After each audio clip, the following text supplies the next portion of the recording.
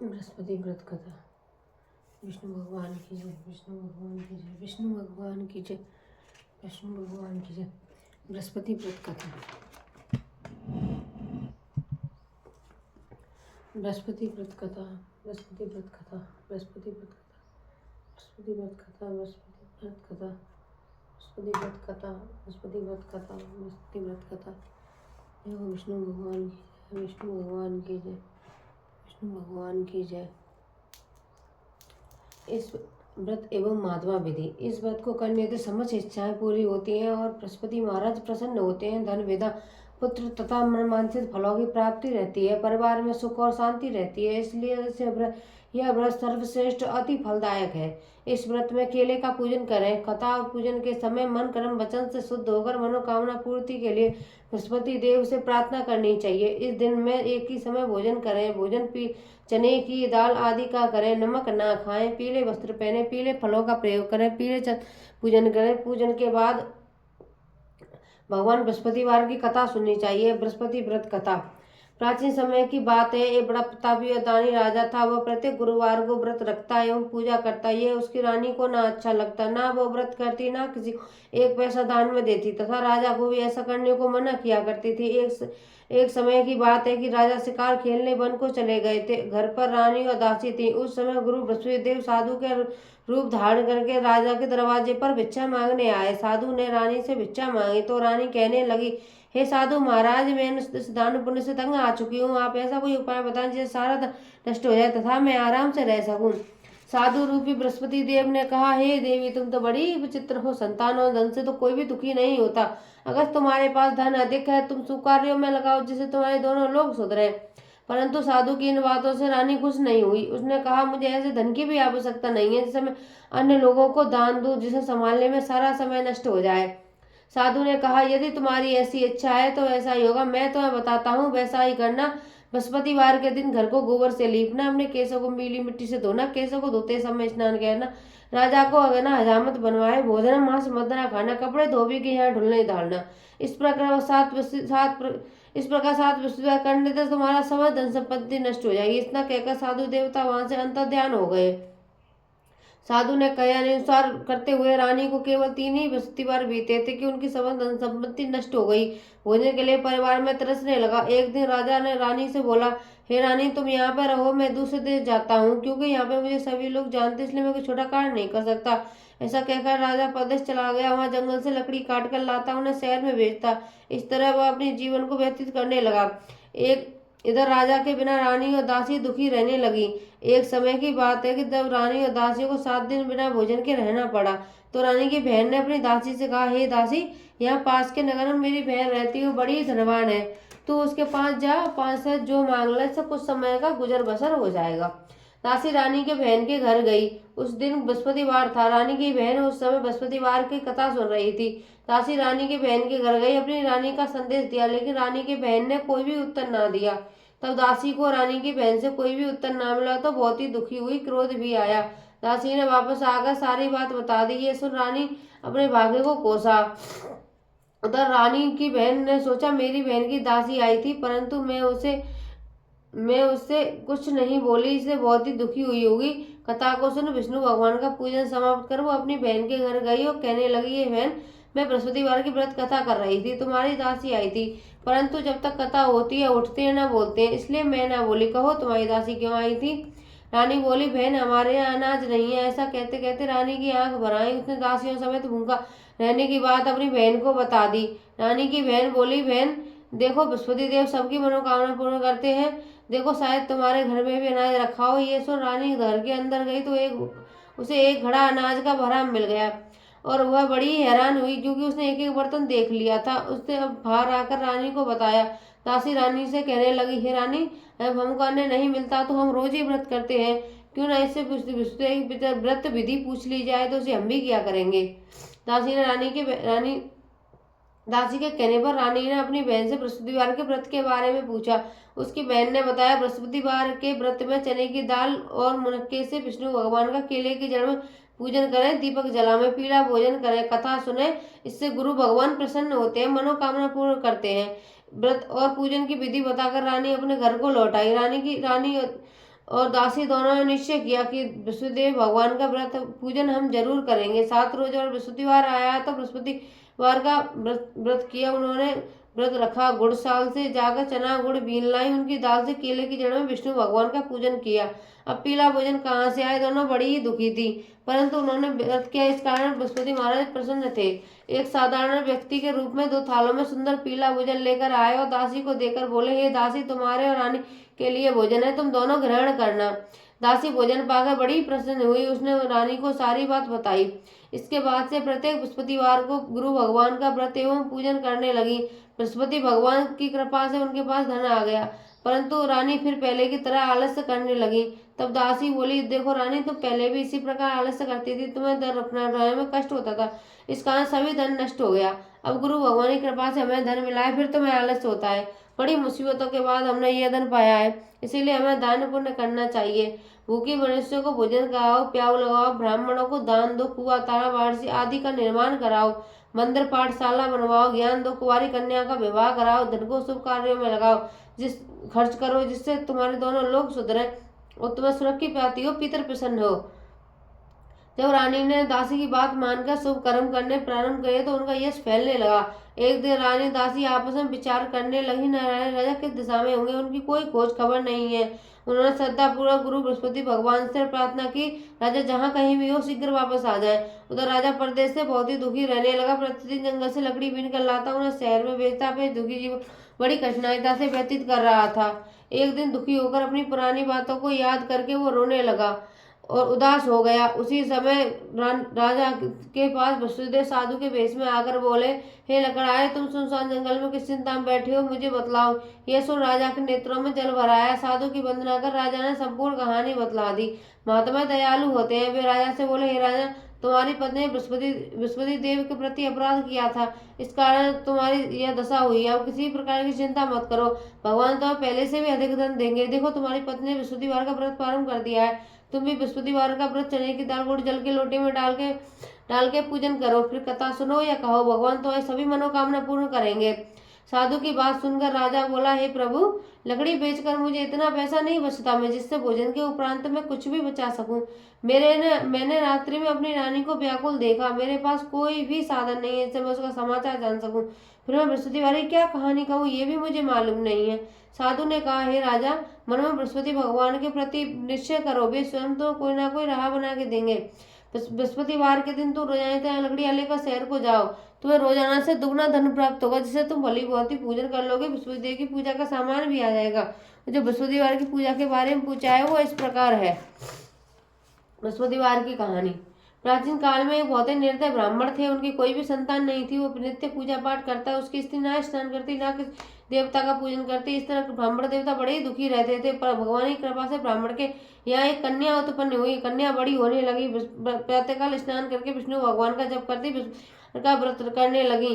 पूजा पाठ समाप्त करके पाठशाला जाती, मुट्ठी में जौ भर के ले जाती और पाठशाला के मार्ग में डालती जाती थी। जो स्वर्ण के हो जाते उन्हें लौटते समय घर पर ले आती। और वो एक दिन की बात है कि बालिका सोने के जौ को फटककर सोने के सूप में साफ कर रही थी। तभी उसकी माँ ने देखा और कहा, बेटी, सोने के जौ को फटक के साफ करने के लिए सोने का सूप होना चाहिए। दूसरे दिन गुरुवार था, कन्या ने व्रत रखा, बृहस्पति देव से सोने के सूप देने के लिए प्रार्थना की। बृहस्पति देव ने उसकी प्रार्थना से कर ली। रोजाना की तरह वो कन्या जौ फैलाती हुई पाठशाला चली गई। पाठशाला से लौटते समय जो नहीं थी तो उसकी बृहस्पति देवी की कृपा से उसके सोने का सूप भी मिल गया। उसे वो घर पर ले आई और उसे जौ फटककर साफ करने लगी, परंतु उसकी माँ का वही ढंग था। एक दिन की बात है, वो कन्या सोने के सूप में फटककर सोने के जौ साफ कर रही थी। तभी वहां से उस नगर के राजकुमार वहां से होकर निकले। उस कन्या के रूप और कार्य को देखकर मोहित होकर राजमहल जाकर जल तथा भोजन त्याग कर उदासी से लेट गया।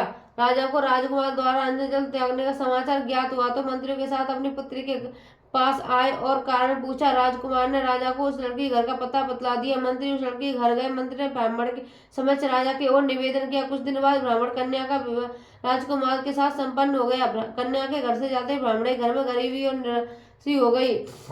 एक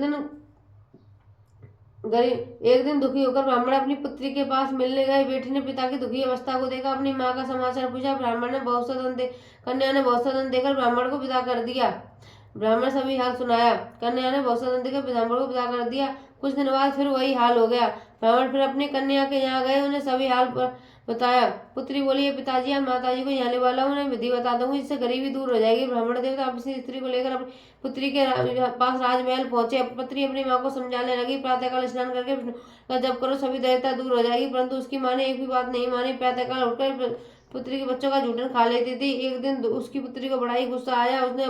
उसने अपनी माँ को एक कोठरी में बंद कर दिया। प्रातःकाल उसे स्नान करवा के पूजा पाठ कराया, जिससे उसकी माँ की बुद्धि ठीक हो गई। इसके बाद से प्रत्येक प्रत्येक नियम से पूजा पाठ करने लगी और प्रत्येक बृहस्पतिवार का व्रत रखने लगी। व्रत के प्रभाव से मृत्यु के बाद उस लोक को प्राप्त हुई। लोग ब्राह्मण भी सुखपूर्वक इस लोक से सुख भोग कर सुख को प्राप्त हुआ। इस तरह कहानी कहकर साधु देवता वहां से लोप हो गए। धीरे धीरे समय व्यतीत होने पर बृहस्पतिवार का दिन आया। राजा जंगल से लकड़ी काटकर किसी शहर में बेचने गया। उसे उस दिन से अधिक धन मिला, जिसे चना गुड़ आदि लाकर बृहस्पतिवार की व्रत किया। उस दिन से उसे सभी कलेश दूर हो गए। परंतु उसकी जो अगले गुरुवार का दिन आया तो बृहस्पतिवार का व्रत करना भूल गया। इस कारण बृहस्पति भगवान नाराज हो गए। उस दिन उस नगर के राजा ने विशाल योग का आयोजन किया था। समस्त नगर में घोषणा करवा दी गई, सारे राज्य के वासी मेरे यहाँ भोजन में सम्मिलित हुए। जो इस आज्ञा को न मानेगा उसे फांसी दे दी जाएगी। राजा की आज्ञा अनुसार राज्य के सभी वासी भोजन में सम्मिलित हुए, लेकिन लकड़हारा कुछ देर बाद पहुंचा, इसलिए राजा उसके साथ अपने महल ले आया। जब राजा लकड़हारे को भोजन कर रहा था तो रानी की दृष्टि उसी खूंटी पर पड़ी। इसके उसका हाथ हुआ था, वो दिखाई नहीं दिया। रानी निश्चय किया, किसी मनुष्य से मेरा हाथ चुरा लिया है। उसी समय सैनिकों को बुलवाकर राजा को जेलखाने में डलवा दिया। जेलखाने में डल गया, डलवा दिया। लकड़हारा जेलखाने में विचार करने लगा, जाने कौन जन्म के कौन पूर्व है मेरे दुख प्राप्त हुए, उसी जंगल में मिले थे। उसी साधु को याद करने लगा। तत्काल वसुदेव साधु के रूप में प्रकट होकर कहने लगे, अरे मूर्ख, तूने वसुदेव कथा नहीं गई, वसुदेव की कथा नहीं गई, इस कारण तेरे सभी दुख प्राप्त हुए हैं। अब तो किसी प्रकार की चिंता मत कर। बृहस्पतिवार के दिन तो जेल खाने के दरवाजे पर 4 पैसे पड़े मिलेंगे, जिससे बृहस्पति देव की पूजा का सामान मंगवाना था, सभी कष्ट दूर हो जाएंगे। अगले बृहस्पतिवार के द्वार पर 4 रुपए पड़े मिले। राजा ने पूजा का सामान मंगवाया, कथा गई, प्रसाद बांटा। उसी रात्रि में बृहस्पति देव ने उस नगर के राजा को सपन में कहा, हे राजा, तूने जिस आदमी को जेलखाने में बंद कर दिया उसे कल छोड़ देना, वह निर्दोष है। छोड़ दे। खूंटी पर हाथ टंगा देकर राजा ने लकड़हारे को बुलवाया, क्षमा मांगी, सुंदर वस्त्र आभूषण देकर विदा कर दिया। गुरुदेव की आज्ञा अनुसार राजा नगर को चलने के लिए तैयार हुआ। राजा नगर के निकट पहुंचा तो उसे बड़ा ही आश्चर्य हुआ। नगर में पहले से भी अधिक तालाब हुए, बहुत धर्मशाला मंदिर बने हुए थे। राजा ने पूछा, ये सब किसके बाग धर्मशाला है? तब नगर के लोग कहने लगे, ये सब दासी द्वारा बनाए गए। आश्चर्य हुआ, गुस्सा भी आया। राजा की अनुपस्थिति में रानी के पास इतना धन कहाँ से आया? तब रानी बोली, हे दासी देख, जब रानी को यह खबर सुनी कि राजा आ रहे हैं तो रानी अपनी दासी से कहने लगी, ये दासी देख, राजा हमें कितनी बुरी हालत में छोड़कर गए थे, कहीं हमारी ऐसी देखकर वो लौट न जाए, इसलिए तू दरवाजे पर खड़ी हो जा। रानी की आज्ञा अनुसार दासी दरवाजे पर खड़ी हुई। राजा आए तो उन्हें साथ में महल में लिवाकर लेकर आई। तभी राजा ने तलवार निकाली, पूछने लगे, ये बताओ तुम्हें इतना धन कैसे प्राप्त हुआ है? ये तभी रानी ने सारी कथा कही। कथी सुना। राजा ने निश्चय किया कि दिन में 3 बार कहानी कहा करूंगा, हर रोज व्रत किया करूंगा। हर समय राजा के दुपट्टे में चलने की दाल बंधी रहती, दिन में 3 बार कहानी कहता। एक रोज राजा ने विचार किया कि चलो अपनी बहन के यहाँ आते हैं। निश्चय कर घोड़े पर सवार होकर अपनी बहन के यहाँ चल दिया। उसने मार्ग में देखा कि कुछ आदमी एक मुर्दे को लिए जा रहे हैं। उनसे रोक के उनसे कहने लगे, अरे भाई, मेरी सही कथा सुन लो। वे बोले, हमारा आदमी मर गया, इसे अपनी कथा की पड़ी है। परंतु कुछ आदमी बोले, अच्छा चलो कहो, हम तुम्हारी कथा सुनेंगे। राजा दाल निकाली और कथा कहने लगा। परंतु जब कथा शुरू कर दी, अब कथा जब आधी हुई तो मुर्दा हिलने लगा। कथा समाप्त हुई तो राम राम कहकर मुर्दा खड़ा हो गया। आगे बढ़ा, चलते चलते शाम हुई। आगे में से देखा किसान खेत में हल चला रहा है। उसे रोक के उनसे आग्रह किया, लेकिन किसान ने मना कर दिया। राजा आगे चल पड़ा। राजा के हटते बैल पछाड़ खा गया। किसान के पेट में बहुत जोर से दर्द होने लगा। उसी समय किसान की पत्नी रोटी लेकर खेत पर आई और अपने पुत्र से सभी हाल पूछा। बेटे ने सभी हाल बतलाते बड़े दौड़े घुड़सवार के पास गए। उससे रोक के उससे कहने लगी, अरे भाई, मैं तेरी कहानी सुनूंगी, तू अपनी कथा मेरे खेत पर ही चल के सुनाना। राजा ने जाकर बुढ़िया खेत पर जाकर कथा कही। जैसे सुनते ही बैल खड़ा गया। किसान के पेट का दर्द भी बंद हो गया। अब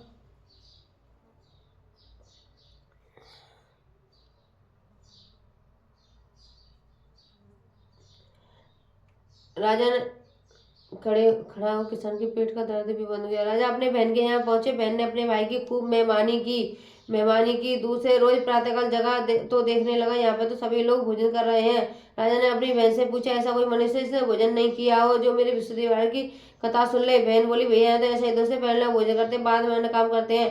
फिर वो एक कुमार के यहाँ गई, जिसे मालूम चला कि यहाँ उसका लड़का बीमार है, या 3 रोज से किसी ने भोजन नहीं किया। इसके बाद राजा ने अपने भाई कथा सुनने के लिए कुमार से कहा, हुआ तैयार हो गया। राजा जाकर बृहस्पतिवार की कथा कही, जिसे सुनते ही उसका लड़का ठीक हो गया। अब तो राजा की प्रसन्नता होने लगी। एक दिन राजा ने विचार अपनी बहन से कहा, हे बहन, हमें अपने घर को जाएंगे, तुम भी तैयार हो जाओ। राजा की बहन ने अपनी सास से कहा, सास से आज्ञा मांगी। सास बोली, चलिए, परंतु लड़कों साथ में लेना, क्योंकि तेरे भाई को संतान नहीं होती।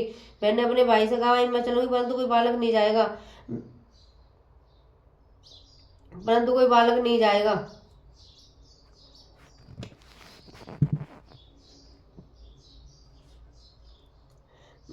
तो बहन ने अपने भाई से कहा, भाई मैं चलूंगी, परंतु कोई बालक नहीं जाएगा।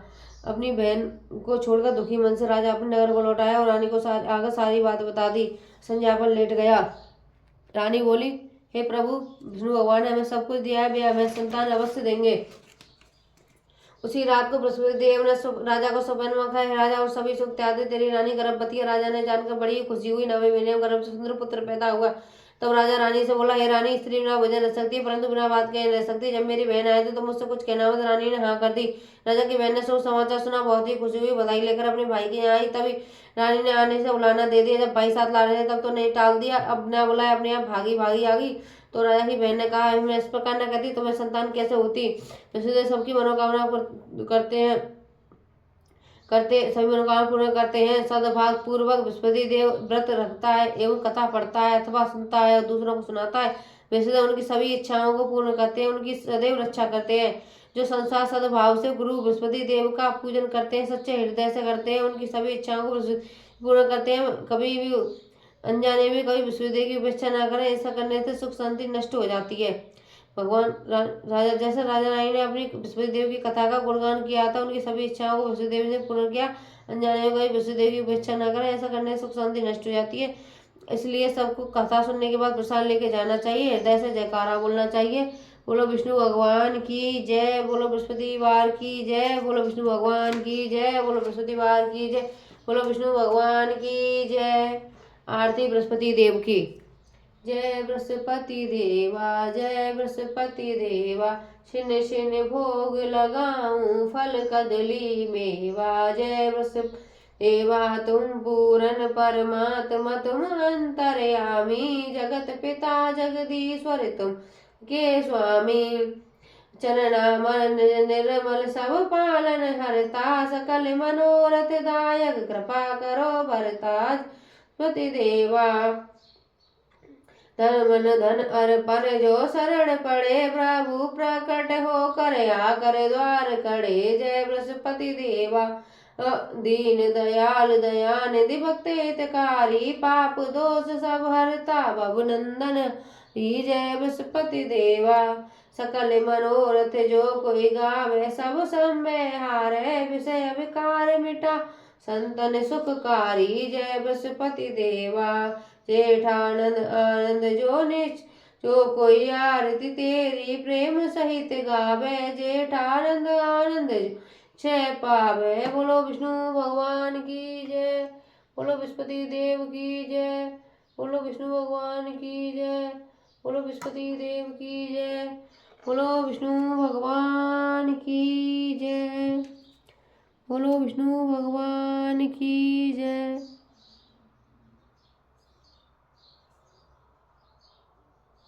बृहस्पति देव की जय। कभी भी अनजाने बृहस्पति देव उपेक्षा ना करें, कोई भी। विष्णु भगवान सबकी मनोकामना करते हैं। जो इस कथा को पढ़ेगा सुनेगा, विष्णु भगवान सबकी मनोकामना पूर्ण करेंगे। हमेशा विश्वास बना के रखिए, हमेशा विष्णु भगवान सभी इच्छाओं को पूर्ण करेंगे। बोलो जय विष्णु भगवान की जय।